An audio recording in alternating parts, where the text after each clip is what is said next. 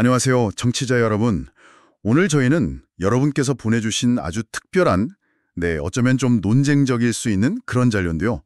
항암제의 허화실, 살해당하다라는 책의 요약본입니다. 이걸 함께 좀 깊이 파헤쳐볼까 합니다. 이번 시간 목표는 명확합니다. 이 자료가 던지는 아주 강력한 주장들, 특히 그 현대의학의 표준 암치료법 있잖아요. 구체적으로 항암 화학요법, 여기에 대한 비판적인 시각을 좀 심층적으로 이해해 보려는 겁니다. 시작 전에 이건 분명히 말씀드릴게요. 저희는 이 자료의 관점을 분석하고 전달하는 역할이지 특정 입장을 지지하거나 반박하려는 건 전혀 아닙니다. 아마 청취자님께서는 암 치료에 대한 기존과는 다른 관점 또는 현대 의료 시스템 자체에 대한 어떤 근본적인 질문들 이런 걸 좀 탐색해보고 싶어서 이 자료에 주목하셨을 것 같아요. 내용을 보니까 상당히 도전적이더라고요. 자, 그럼 이 자료가 우리에게 던지는 가장 핵심적인 메시지, 이게 뭘까요? 전문가 의견 바로 들어보죠. 네, 이 자료의 핵심 주장은 그야말로 충격적이라고 할 수 있습니다. 딱 한마디로 요약하면요. 항암제나 방사선 치료, 심지어 수술 같은 거요. 이런 현대의학의 표준 암치료법들이 실제로는 효과가 거의 없거나 오히려 해롭다. 그래서 상당수 암 환자들이 암 자체 때문이 아니라 바로 이 치료 때문에 사망에 이른다는 주장입니다. 여기서 더 나아가서요. 자료는 소위 암 마피아라고 부르는 어떤 거대한 이익 집단이 이런 상황을 일부러 유지하고 있다. 이렇게까지 이야기합니다. 저자의 아주 강한 비판 의식이 담긴 상당히 도발적인 내용이죠. 와, 정말 강력한 문제제기인데요. 그럼 가장 좀 논란이 될 만한 부분부터 시작해 볼까요? 바로 항암 화학요법에 대한 비판이요. 자료에서는 암 사망자 중 상당수가 실제로는 치료 부작용으로 죽는다고 주장하잖아요. 일본 기준으로 연간 32만 명 암 사망자 중에 무려 25만 명이 그렇다는 수치까지 제시하는데요. 특히 그 오케야마 대학병원 조사 결과 사망한 암 환자의 80%가 직접적인 암 진행이 아니라 폐렴이나 감염증 같은 다른 원인으로 사망했다. 이걸 중요한 근거로 들고 있습니다. 근데요, 이 보고서가 공식적으로 인정 못 받고 묵살되었다는 주장까지 있네요. 맞습니다. 이 자료는 항암제를 그냥 세포독, 그러니까 세포를 죽이는 도구로 딱 규정을 해요. 특정 병원균만 공격하는 항생제랑은 개념 자체가 다르다는 거죠. 암세포뿐만 아니라 우리 몸에서 빨리 분열하는 정상세포들, 예를 들면 위장 점막세포나 모근세포, 골수세포 같은 이런 데까지 무차별적으로 공격하는 거의 독극물에 가깝다 이렇게 표현합니다. 그래서 부작용이 그렇게 심각하다는 건데요. 흔히 아는 탈모나 엄청 심한 구토, 설사 말고요. 자료는 조혈기능 장애 때문에 감염 위험 커지는 거, 심장 기능 이상, 심하면 심정정지까지, 급성 심부전, 쇼크사, 청력, 시력 손상, 뇌경색, 간질성 폐렴, 황달, 급성 췌장염, 당뇨병 악화, 근육세포 파괴, 횡문관 융해증인가요? 심지어 의식장애까지 정말 광범위하고 생명을 위협할 수 있는 수십 가지 부작용을 쭉 나열해요. 특정 항암제 시스플라틴의 의약품 첨부문서를 인용하면서 이런 위험성을 강조하죠. 핵심은 그냥 불편한 수준이 아니라 치료 자체가 치명적일 수 있다 이겁니다. 와, 듣기만 해도 진짜 심각한 부작용들이네요. 근데 자료는 의사들이 이런 중대한 위험성을 환자한테 제대로 안 알린다는 문제까지 제기하고 있어요. 청취자님께서 요약본 서두에 개인 경험으로 언급해 주신 거 있잖아요. 5-FU 항암제 투여 때 겪으셨다는 그 극심한 고통, 끊임없는 구토와 설사, 심지어 자살 충동까지 느끼셨다는 그 경험도 이 자료 주장에 비춰보면 단순 부작용을 넘어선 심각한 독성 반응으로 볼 수도 있겠군요. 그렇습니다.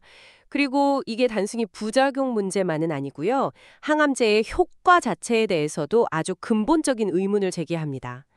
자료에서는 일본 후생노동성의 고위 책임자가 항암제로는 암을 고칠 수 없다는 것이 상식이다. 이렇게 발언했다는 내용. 그리고 보험국 의료과장이 효과 없으니 보험 적용 대상에서 빼야 한다는 취지로 말했다는 걸 인용해요. 그러니까 정부 차원에서도 실제 효능을 인정 안 한다는 뉘앙스를 아주 강하게 풍기는 거죠. 심지어 암학회 로비에서 의사들끼리 아니 효과도 없는 비싼 약을 왜 자꾸 쓰는 거야 라면서 자조 섞인 대화를 나눈다는 그런 일화까지 소개하면서요. 의료계 내부에서도 효능에 대한 회의론이 있다. 이 점을 좀 부각시키려는 것 같아요. 더 나아가서 항암제의 효과를 판정하는 그 기준 자체가 좀 심각하게 문제가 있다고 지적하는데요. 이 부분이 흥미로워요. 보통 항암제 임상시험에서 효과 있음 판정 받으려면 약물 투여하고 딱 4주, 비교적 짧은 기간 동안에요. 시험 사명 환자 10명 중에 단 1명, 그러니까 10%한테서라도 종양 크기가 절반 이하로 줄면 된다는 거예요. 잠깐만요. 4주 안에 10명 중 1명만 반응해도 효과 있음이라고요? 이건 좀 일반적인 생각과는 다른 기준 같은데요. 근데 왜 이렇게 짧은 기간만 보고 효과를 판정하는 걸까요? 혹시 이유가 있나요? 네, 바로 그 지점에서 자료는 반항암제 유전자, ADG라는 개념을 딱 꺼내듭니다. 1985년에 미국 국립암연구소 소장이 의회에서 증언한 내용을 근거로 드는데요. 쉽게 말하면 암세포가 특정 항암제에 노출되면 스스로 유전자를 바꿔서 그 약에 대한 내성을 키운다는 거예요. 마치 세균이 항생제에 내성 갖는 거랑 비슷하다고 생각하시면 돼요. 이 ADG 때문에 처음엔 약이 좀 듣는 것 같아도 금방 효과가 사라지는데 자료는 이 4주라는 짧은 판정 기간이 바로 이 ADG가 발현돼서 항암제 무효성이 명백히 드러나기 전에 그 전에 서둘러서 효과 있음 도장을 받으려는 제약업계와 의료계의 의도적인 속임수에 가깝다. 이렇게까지 아주 강하게 비판하고 있습니다. 그러니까 암세포가 약에 적응해서 스스로 방어막을 치는 건데 그걸 숨기려고 평가 기간을 짧게 잡는다. 이런 주장인 거군요. 와, 정말 논쟁적인 시각이네요. 근데 여기서 그치지 않고 항암제가 오히려 암을 돕는다. 이런 주장까지 나온다고요? 네, 그 부분이 어떻게 보면 가장 좀 역설적인 주장일 수 있어요. 항암제가 암세포만 죽이는 게 아니고 우리 몸에서 암세포랑 싸우는 최전선 군대 있잖아요. 면역세포. 특히 림프고요. 자연살의 세포, NK세포 같은 게 여기 포함되는데 얘네들까지 같이 파괴한다는 겁니다. 이렇게 되면 우리 몸의 자체 방어 능력이 확 떨어져서 결과적으로는 암세포가 더 쉽게 자라거나 퍼져나갈 수 있는 환경을 만들어준다는 거죠. 자료에서는 이걸 두고 불 끄려고 소방수를 불렀더니 그 소방수가 오히려 불난집에 기름을 붓는 격이다. 이런 비유를 사용합니다. 암을 치료하려다 오히려 면역력을 파괴해서 암을 돕는다. 와, 이건 정말 충격적인데요. 이런 주장을 뒷받침할 만한 다른 근거 같은 것도 제시되나요? 첫째는 1988년 미국 국립암연구소 NCI 보고서입니다. 여기서 항암제 자체가 강력한 발암물질이고 원래 있던 암 치료하는 과정에서 완전히 새로운 2차 암을 유발할 수 있다. 이렇게 경고했다는 점을 지적해요. 둘째는 1990년 미국 기술평가국 OTA 보고서인데요. 이게 중요합니다. 이 보고서가 기존 항암 화학요법이 생명 연장이나 삶의 질 개선에 거의 기여 못하고 유효성 입증 어렵다 이렇게 결론 내렸고요. 오히려 식이요법이나 영양요법 같은 소위 대체요법들이 말기암 환자들한테서 주목할 만한 효과를 보이고 있으니까 여기에 대한 연구와 지원이 필요하다 이렇게 권고했다는 내용을 좀 비중 있게 다룹니다. 자료는 이 OTA 보고서가 미국 암치료 패러다임에 큰 변화를 가져왔고 그 결과로 현재 미국 암 환자의 약 60%가 어떤 형태로든 대체요법을 병행하거나 이용하고 있다. 그리고 이것이 미국의 암 사망률 감소에 기여했다. 여기까지 주장을 연결시키죠. 와, 항암제에 대한 비판이 정말 신랄하군요. 그렇다면 다른 표준 치료법, 그러니까 방사선이나 수술에 대해서는 어떤 입장인가요? 이것도 비판적인가요? 네, 방사선 치료에 대해서도 비판의 날을 세웁니다. 니가타 대학의 아보 도오르 교수 말을 인용하면서요. 방사선 역시 강력한 면역 억제 효과를 가지고 어떤 면에서는 항암제보다 더 심각하게 면역 기능을 파괴할 수 있다. 이렇게 지적합니다. 기본적으로는 항암제와 마찬가지로 정상세포에도 손상을 입히고 면역 체계를 약화시킨다. 이런 관점이죠. 수술에 대한 비판도 만만치 않습니다. 특히 암이 좀 진행된 경우에요.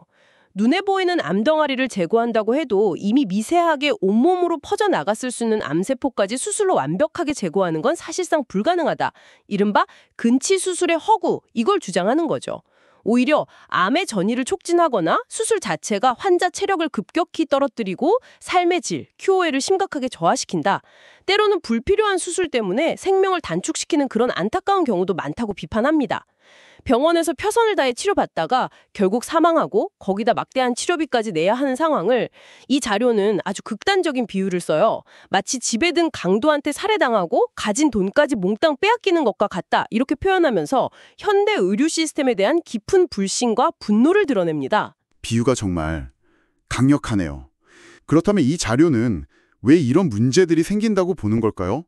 그 원인으로 지목하는 게 바로 암 마피아라는 개념이죠. 네, 맞습니다. 이 자료 주장에 따르면 이 모든 문제의 배후에는 어떤 거대한 이익 구조, 즉 암마피아가 있다는 거예요.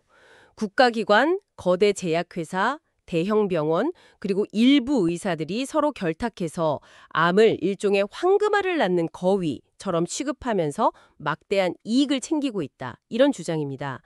일본의 경우 이 암 관련 산업 규모가 연간 15조엔, 우리 돈으로 약 150조 원에 달한다는 추산도 제시하고요. 항암제 가격이 터무니없이 비싸다는 점, 예를 들어 0.1g당 7만 원, 약 70만 원 정도죠. 이걸 그 근거 중 하나로 듭니다. 즉, 환자 건강보다는 경제적 이익이 우선되는 시스템, 이게 문제의 핵심이라는 거죠. 국가, 제약회사, 병원, 의사가 결탁한 이익 집단이라. 정말 거대한 음모론처럼 들리기도 하는데요. 이 주장을 좀 뒷받침하기 위해 자료가 제시하는 구체적인 사례 같은 게 있을까요? 가장 충격적으로 제시되는 사례 중 하나가 도쿄대학 의학부 교수 3명에 대한 일화입니다. 이 교수들이 정작 자기 자신이 암에 걸렸을 때는 한결같이 항암제 치료를 거부했다는 거예요. 대신 식사요법이나 자연요법 같은 대체요법을 선택했다는 내용입니다. 자료는 이걸 두고 환자들한테는 효과 불확실하고 위험성 큰 항암제 권하면서 정작 최고 전문가인 자신들은 다른 길을 택하는 거 아니냐, 이런 이중적인 행태를 보이는 거 아니냐며 강하게 비판합니다. 환자들한테는 대체요법, 그거 비과학적이라고 불신하게 만들면서 자기들은 조용히 그 방법을 택한다, 이런 모순을 고발하려는 의도로 해석됩니다. 의사들 자신은 항암제를 거부했다. 만약 이게 사실이라면 정말 많은 걸 생각하게 만드는 이야기네요. 그렇다면 이 자료는 암의 근본적인 원인은 뭐라고 보고 또 어떤 대안을 제시하는 걸까요? 암의 원인에 대해서는 주로 후크다, 아보이론 이걸 중심으로 설명하는데요. 핵심 키워드는 바로 스트레스입니다. 과도한 걱정, 슬픔, 분노, 불안 같은 정신적 스트레스나 과로, 수면 부족 같은 육체적 스트레스가 계속되면요, 우리 몸의 자율신경계 중에 교감신경이 과도하게 긴장 상태를 유지하게 된다는 겁니다. 이 교감신경 우위 상태가 오래가면 백혈구 내의 과립구 비율은 비정상적으로 높아지고 림프구 비율은 낮아지는데요. 문제는 이 과립구가 너무 많아지면 활성산소를 막 과잉 분비해서 정상 조직 파괴하고 염증 일으키고, 반대로 암세포 공격하는 주력군인 림프구는 줄어서 면역력이 떨어진다는 거예요. 즉 스트레스로 인한 자율신경 불균형, 그리고 그로 인한 면역력 저하가 암이 생기고 자라기 쉬운 최적의 환경을 만든다는 이론입니다. 자료에서는 특히 3과라고 해서 과로, 고뇌, 정신적 스트레스, 과독, 약물이나 음식 등 독성 물질 과다 섭취, 이걸 암을 유발하는 주요 위험 요인으로 꼽습니다. 스트레스가 만병의 근원이다, 이런 말과도 좀 통하는 부분이군요. 스트레스가 면역 체계를 교란시켜서 암 발생 환경을 만든다, 이런 설명이네요. 그럼 이걸 바탕으로 제시하는 대안적인 접근법은 어떤 것들인가요? 좀 구체적으로요. 네, 기존의 표준 치료와는 상대의 다른 길을 제시합니다. 크게 4가지 방향으로 요약할 수 있을 것 같아요. 첫째, 암의 원인으로 지목된 3과, 이걸 최대한 피하는 생활습관 개선. 둘째, 암 진단에 대한 공포심 극복하는 것의 중요성. 이걸 매우 강조합니다. 두려움 자체가 스트레스를 유발해서 면역력을 떨어뜨린다는 거죠. 셋째, 이게 가장 논쟁적인 부분인데 항암제, 방사선, 수술이라는 3대 표준 치료를 가능한 한 거부하라고 권고합니다. 물론 이건 정말 심각하고 개인 상황에 따라 신중한 판단이 필요하겠죠. 넷째, 이렇게 표준 치료를 거부하는 대신에 우리 몸이 본래 가지고 있는 면역력과 자연 치유력을 극대화하는 데 집중하자, 이겁니다. 그럼 구체적인 방법들은 어떤 게 있나요? 면역력 강화나 자연 치유력 극대화요? 네, 구체적인 방법으로는요, 적절한 운동, 그리고 식사요법이 중요하게 언급됩니다. 예를 들어 독일 의사 막스 거슨이 개발했다는 거슨요법 같은 거요. 이건 아주 엄격한 유기농 채소 중심 식단이랑 커피 관장 등을 통해서 해독하고 영양 공급하는 방식이라고 소개하고요. 올바른 호흡법, 몸을 따뜻하게 유지하는 온열요법이나 입욕법 같은 것도 제시됩니다. 또 웃음이 NK세포를 활성화시킨다는 연구 결과를 인용하면서 웃음요법 중요성 강조하고요. 야야마 클리닉이라는 곳의 접근법도 소개하는데 여기서는 암을 그냥 없애야 할 적이 아니라 몸속 쓰레기 처리장 같은 역할로 보고 자연 치유력으로 해결하려는 독특한 시각을 제시한다고 해요. 암과 싸우기보다는 평화롭게 공존하면서 성장을 억제하는 휴면요법, 그리고 동종요법, 호미오패시, 이건 질병 유발 물질을 극도로 희석시켜서 오히려 치료에 쓴다는 원리의 대체의학이죠. 이나 솔립 액세스 같은 특정 자연요법 사례들도 긍정적으로 소개됩니다. 이 모든 대안적 접근법의 밑바탕에는 마음가짐이 치료의 70%를 차지한다, 이런 믿음이 깔려 있어요. 정신적인 안정과 긍정적인 태도가 면역력에 결정적인 영향을 미친다, 이 점을 반복해서 강조하죠. 와, 정말 다양한 대안들이 제시되는군요. 표준 치료 거부부터 시작해서 식단, 운동, 마음가짐까지. 자, 청취자님, 지금까지 저희가 살펴본 이 자료의 내용들 어떻게 들으셨나요? 상당히 파격적이고 어쩌면 기존 상식과는 크게 부딪히는 주장들이 많아서 좀 혼란스러우실 수도 있을 것 같습니다. 다시 한번 말씀드리지만 저희 역할은 이 자료가 제시하는 특정 관점과 주장들을 가감없이 전달하고 그 논리 구조를 분석하는 데 있습니다. 네, 맞습니다. 특히 생명과 직결된 건강 문제에 관해서 이렇게 강하고 단정적인 주장을 접할 때는요, 그 내용을 무조건 받아들이기보다는 한 걸음 물러서서 좀 비판적으로 검토하는 자세가 무엇보다 중요합니다. 흥미로운 점은 이 자료 스스로도 결국 최종적인 치료법 선택과 그 책임은 환자 본인에게 달려있다, 이렇게 이야기한다는 점이에요. 이 자료가 갖는 의미를 굳이 찾아본다면 현대의학의 주류 치료법에 대해 아주 근본적인 질문을 던짐으로써 우리가 어쩌면 너무 당연하게 받아들여온 것들에 대해 다시 한번 생각해볼 계기를 제공한다, 이 정도일 겁니다.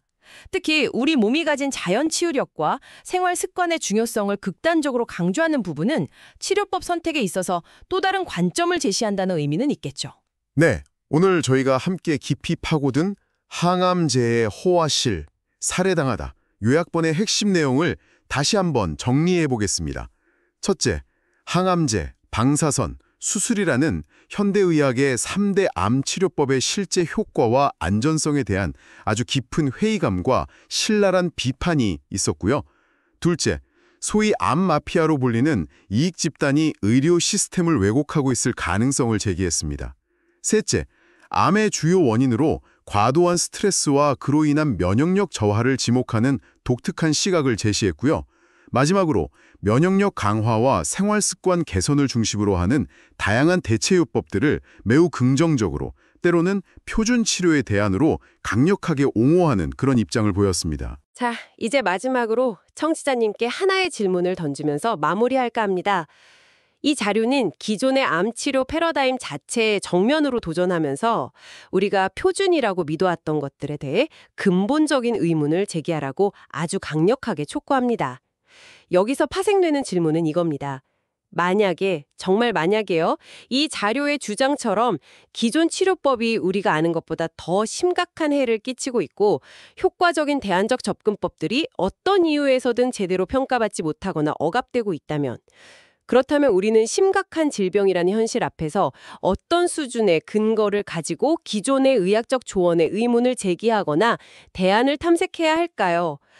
주류 의료 전문가들의 권고와 이 책과 같이 때로는 검증되지 않았지만 강력한 주장을 펴는 대안적 정보 사이에서 개인은 어떻게 중심을 잡고 자신에게 최선인 길을 찾아 나아가야 할까요?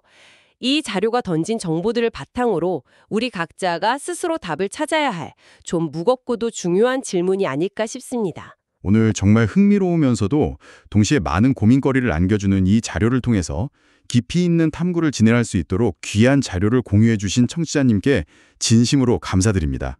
이 자료는 항암제로 살해당하다의 1편의 내용을 요약한 것입니다.